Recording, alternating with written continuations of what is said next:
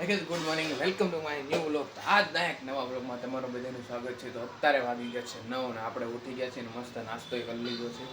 હજી હમણાં જ હું ઉઠ્યો અને બહારનું તમને વાતાવરણ દેખાડો. આમ જો કેવું છે ઓલી બાજુ, કારણ કે વાતાવરણ એવું થઈ ગયું છે, વાદળા આવી ગયા છે કાળા કાળા ને એવું બધું છે. કાલનું એવું વાતાવરણ છે ને આજની તો પાછી આગાહી છે 3 તારીખની. આજ બહુ વરસાદ આવવાનો, હજી તો જોઈએ, હજી કંઈ આવતો નથી.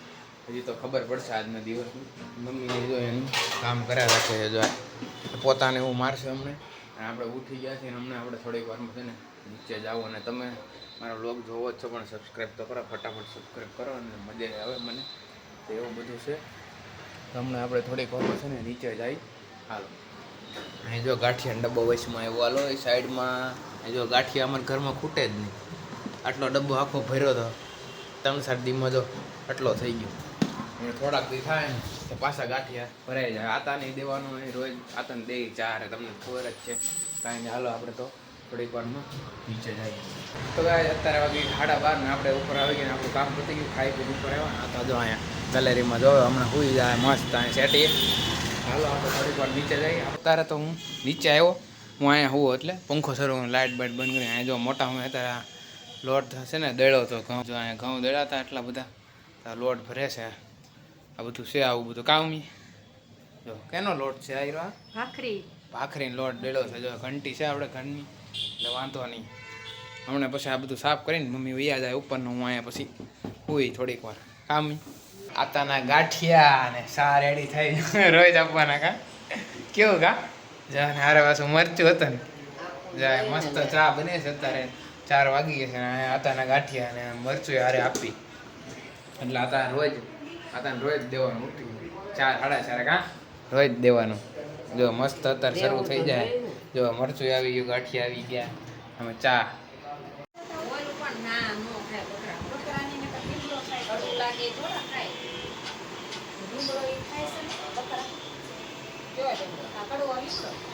તો ગાય આજની વરસાદની આગાહી હતી પણ આજ કંઈ વરસાદ તો કંઈ આવતો નથી. આમ ગરમી એટલી છે. ટી-શર્ટ જોવો ને પલ્લી, જો કાંઈ છે નહીં, તડકો છે ફૂલ. જો તો વરસાદ નથી આવતો. અમારી ગાડી પાછી બગડી ગઈ. પરવું તમને કહેતો હતો ને, અમારી 4 વ્હીલ બગડી ગઈ છે. કારણ કે એમાં છે ને એમાં શું પંપ આવે ને, અમારે વારા ઘણી પંપ બગડી જાય છે. તો પંપે સરખો કરાવવો પડશે. એ એમ કહેતો હતો ગેરેવાળો કે એ તમારી ટાંકી ઓલી થઈ ગઈ છે, કટાઈ ગઈ છે, એટલે પંપ બગડી જાય છે. બધી ગાડી સર્વિસ નથી થતી. એવું બધું કહેવાય. એની ટાંકી મળશે નહીં, કારણ કે જૂની ગાડી છે ને, એટલે એ ગાડી હવે બનતી નથી. એટલે એનો પંપ એની ટાંકી નહીં મળે તો પંપ જ નાખવો પડશે. જોઈએ એ ગાડી તો બંધ છે, પંપ લેવા જવાનું છે, પછી જવાનું છે. અને હારવાર પછી બુલેટે ઓલું થઈ ગયું. બુલેટમાં એ કાંઈક સેલઅપ નથી થતો, કિક મારીને થાકી જાય. બુલેટમાં સેલઅપનો કાંઈક વાયરિંગનો કાંઈક પ્રોબ્લેમ છે. બેટરી ચાર્જિંગ કરાવી તો બેટરી બરોબર જ છે. એવું બધું છે. હારવાર બધું બે બધી વસ્તુ બધી બગડે છે. એવું બધું છે. હવે કિક મારીને સવારમાં મને પગ ઉઠવા મળે એવું થયું છે બધું. ગરમી એટલી થાય છે. તો હવે આ સાયકલનો હવે ઉપયોગ થવાનો છે, કારણ કે મારે કરવાની છે સાયકલિંગ. હવે કસરત કરવી પડશે, થોડુંક પાતળું થવું પડશે. એટલે આ સાયકલને છે ને બરોબર સાફ ને એવું કરવા છે ને. થોડુંક કટાઈ ગયું છે. અહીંયા તમને દેખાય વરસાદનું પાણી આવે ને અહીંથી સીધું, તો આ થોડુંક કટાઈ ગયું છે. જો ટાયર ને એવું છે ને બધું, જો આ બધું કટાઈ ગયું છે. દીધી કેવી ચમકતી છે. આ બધું છે ને થવાનું છે ને, સરખી સાફ કરીને બધું કરવું પડશે. અત્યારે તો ઢાંકી દો, વરસાદનું નકર બગડી જાય બધું. હવે મારે કરવાની છે ડાયટિંગ કરવાની છે ને, એટલે હવે સાયકલિંગ આપવું પડે કે નહીં. હું કરતો પહેલાં પતલો થઈ ગયો, 10-12 કિલો તો મેં ઘટાડ્યો. હવે પાછો થોડોક ઘટાડશું આપણે સાયકલ હટાવીને, એટલે સારું. એમ સિટી નવા ઠેક ઓલી રૂમમાં આવે છે. હું બાફા મૂક્યું છે પાણીપુરી કરવાની છે. અરે કારેલા હડી ગયેલા.